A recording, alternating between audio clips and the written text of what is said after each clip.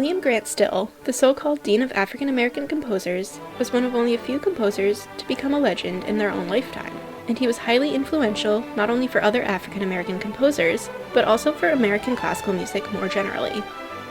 His works can be divided into 3 stylistic periods, each showing a different influence.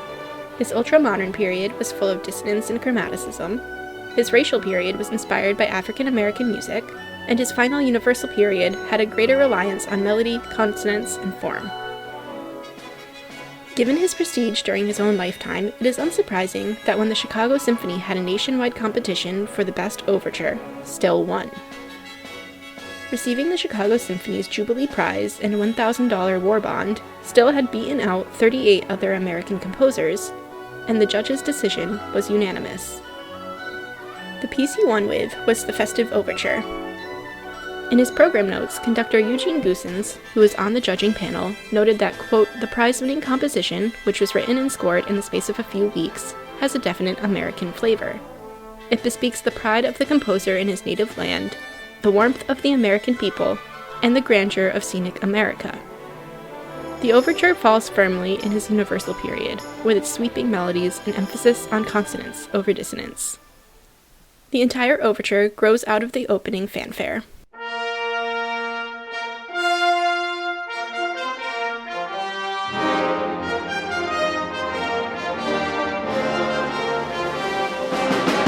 A lilting melody in the strings emerges from that fanfare.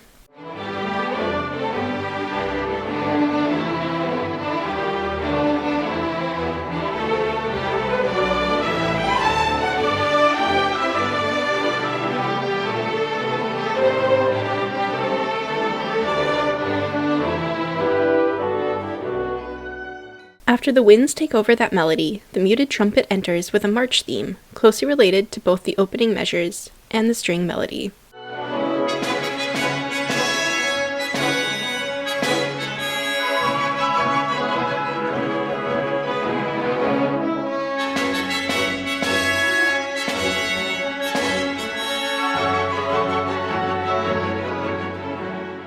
Still plays with those materials for the first section of the overture, until he gets to the romantic, lyrical theme.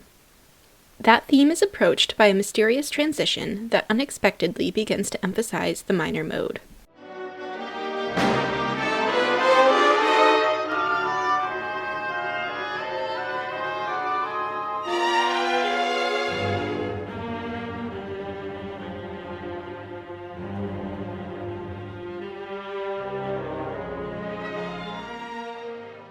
A melody enters in the low strings and horn, sounding almost like a spiritual.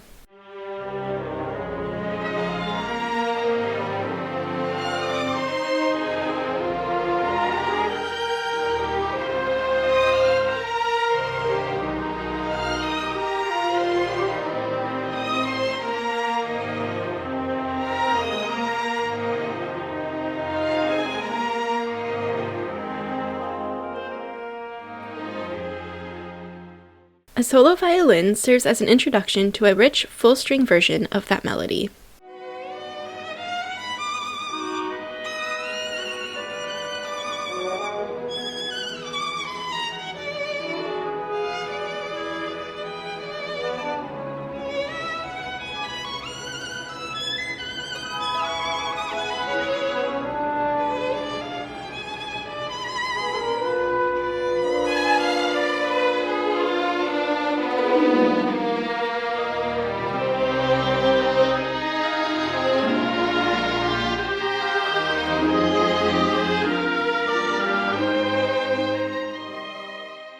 The march theme receives a fuller rendition just after this lyrical section.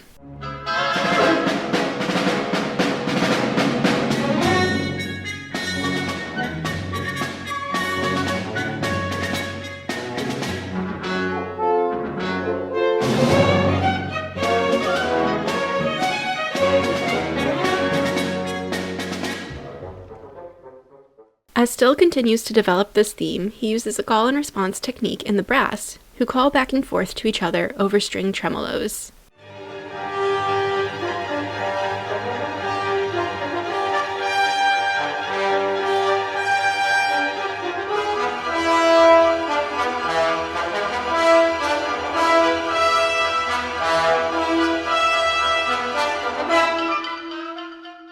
Still continues to develop all three of his themes in the second half of the overture, putting them in close proximity to each other to further explore their melodic connections despite their different characters.